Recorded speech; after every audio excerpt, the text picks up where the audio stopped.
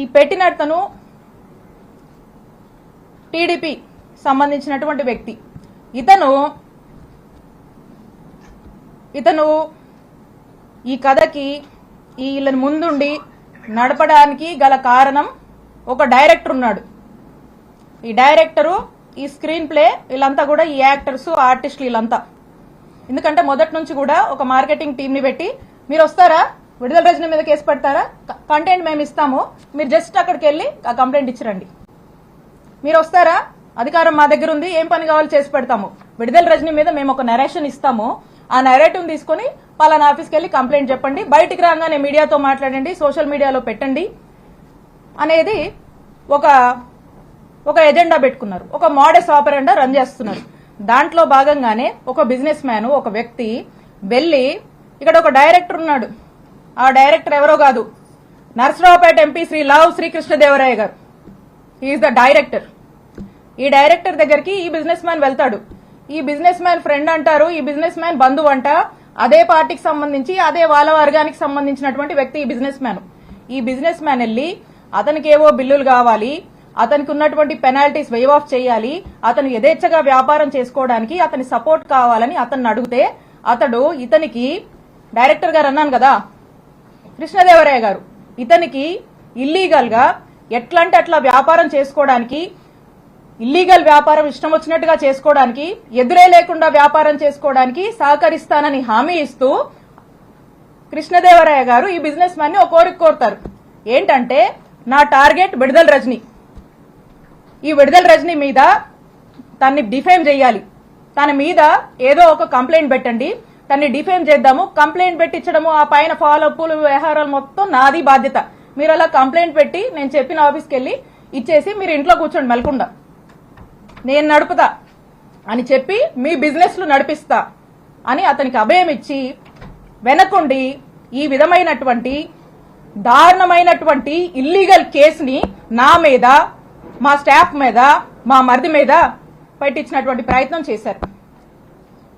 అసలు ఎందుకు ఇది చేయాల్సి వచ్చింది, కృష్ణదేవరాయ గారికి కూడా ఎందుకు ఇలా చేయాల్సి వస్తుందంటే, కృష్ణదేవరాయ గారికి విడుదల రజనీ అంటే కోపం కొంచెం ఎక్కువేనండి, ఎక్కువ కోపమే. ఎందుకో నాకు కూడా కారణాలు తెలీదు, కానీ రకరకాల కారణాలు ఆయనే అనుకుంటాడు, రకరకాల కారణాలు ఆయనకే ఉన్నాయి. సరే, ఎందుకంటే దానికి కూడా కథ ఉంది, అది కూడా చెప్తా. అయితే ఆ కథ ఏంటంటే,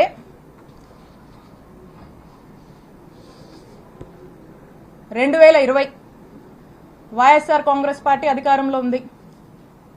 సెప్టెంబర్ 2 వైఎస్ఆర్ గారు వర్ధంతి. ఆ రోజున గురజాల సర్కిల్, ఆ రోజున కరెక్ట్ సంవత్సరంన్నర అయింది మేము అధికారంలోకి వచ్చినప్పుడు కృష్ణదేవరాయ గారు ఏం చేశారంటే, అతనికి ఎందుకో గాని నా మీద ఎందుకు కోపమో ఏంటో ఆ భగవంతుడికే తెలియాలి, ఆయనకే తెలియాలి కారణాలు. అతని కోసం, అతని గ్రూప్ కోసం, అతను ఇక రకరకాలు ఉంటాయిలేండి. సరే, ఆయన ఏం చేశారంటే,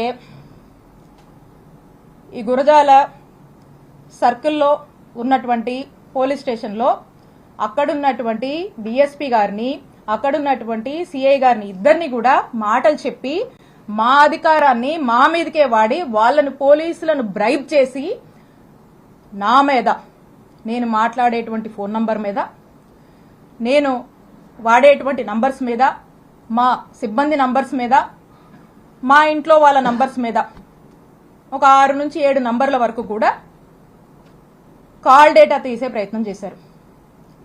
కాల్ డేటా తీయాలంటే ఎఫ్ఐఆర్ కట్టాలి. వీటి మీద ఎఫ్ఐఆర్ కట్టి, ఈ సర్కిల్లో ఎఫ్ఐఆర్ కట్టి ఈ కాల్ డేటా తీశారు. ఇది ఈ రోజున నేను ఎందుకు చెప్తున్నానంటే, మేమిద్దరం ఒకే పార్టీలో ఉన్నాం. ఇది మేము అధికారంలో ఉన్నప్పుడే జరిగింది. అప్పుడు నేను ఎమ్మెల్యేని. అప్పుడు జరిగినటువంటి విషయము నేను ఏ రోజు కూడా ఈ విషయాన్ని చెప్పే పరిస్థితి నాకు రాకూడదని నా మనసులో ఎప్పుడు అనుకుంటూ ఉండేదాన్ని.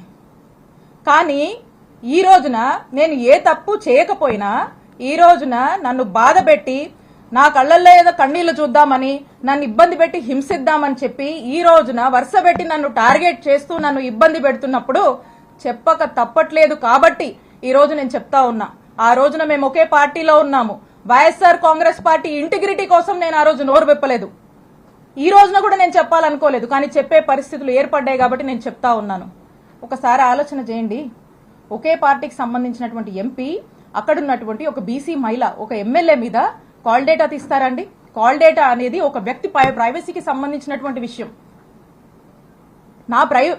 నా ప్రైవసీ అంటే నా జీవితం, నా వ్యక్తిగత జీవితంలోకి రావాలనేటువంటి ఎందుకంత నీచపు ఆలోచన వారికి వచ్చిందో నాకు తెలీదు.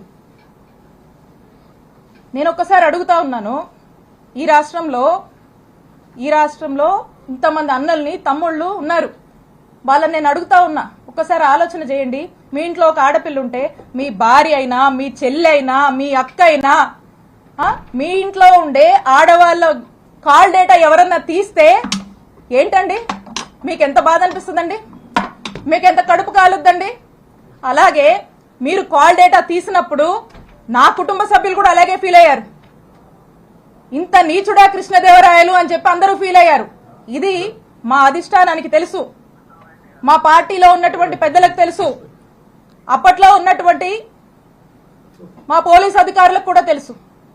కానీ ఎప్పుడు బహిరంగంగా ఈ విషయాన్ని నేను బయటికి చెప్పే ప్రయత్నం చేయలేదు.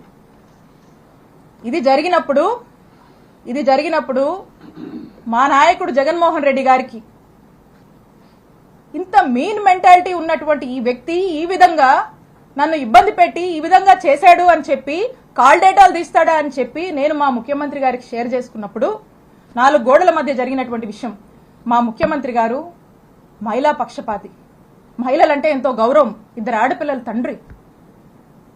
ఆ ఇంట్లో ఆ 2 ఆడపిల్లలకు ఎవరికైనా ఒక మహిళకు జరిగితే, వాళ్ళ ఇంట్లో మనుషులకు ఎలా జరిగితే ఎలా మనం బాధపడతాం, మన విషయంలో మనం ఎలా బాధపడతామో, నా విషయంలో కూడా మా నాయకుడు జగన్మోహన్ రెడ్డి గారు ఆ రోజు అంతే బాధపడి ఇమీడియట్ గా అక్కడ ఉన్నటువంటి ప్రభుత్వ అధికారులకు, పోలీస్ అధికారులకు ఇన్స్ట్రక్షన్ ఇచ్చి ఇమీడియట్ గా నెసరీ యాక్షన్ తీసుకోమన్నారు. ఇమీడియట్ గా నిమిషాల్లో ఆ రోజు ఇక్కడ పనిచేసినటువంటి డిఎస్పీని, ఇక్కడ ఉన్నటువంటి సిఐని పిలిచి పోలీస్ అధికారులు మాట్లాడితే ఆ పోలీసులు ఏం స్టేట్మెంట్ ఇచ్చారండి?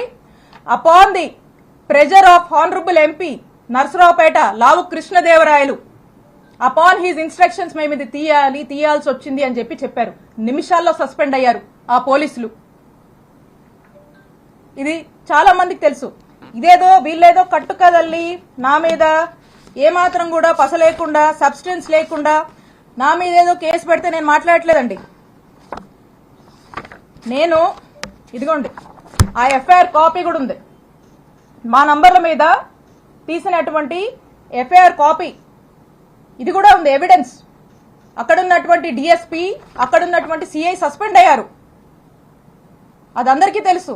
నేనేదో మీలా కట్టు కదలల్లి ఏదో మాటలు చెప్దామని రాలా. ఇది ఇంత నీచమైన నిజస్వరూపం లావు కృష్ణదేవరాయలు. అప్పుడు మా నాయకుడు అతన్ని ఏంటయ్యా కృష్ణ, ఏంది పని అని ప్రశ్నిస్తే తల దించుకున్నాడు కృష్ణదేవరాయలు. ఆ రోజున కృష్ణ గారు తల దించుకున్నారు. తన తల తీసేసినట్టయింది ఆ రోజున మా నాయకుడు జగన్మోహన్ రెడ్డి గారి దృష్టిలో ఇతను చేసినటువంటి ఈ తప్పుడు పనికి, ఒక మహిళా ఎమ్మెల్యే కాల్ డేటా తీసినటువంటి తప్పుడు పనికి అతను ఆ రోజున మా నాయకుడిలో కృష్ణదేవరాయలు అనే వ్యక్తి మీద నమ్మకం కోల్పోయాడు, అతను చేసిన తప్పు వల్లే.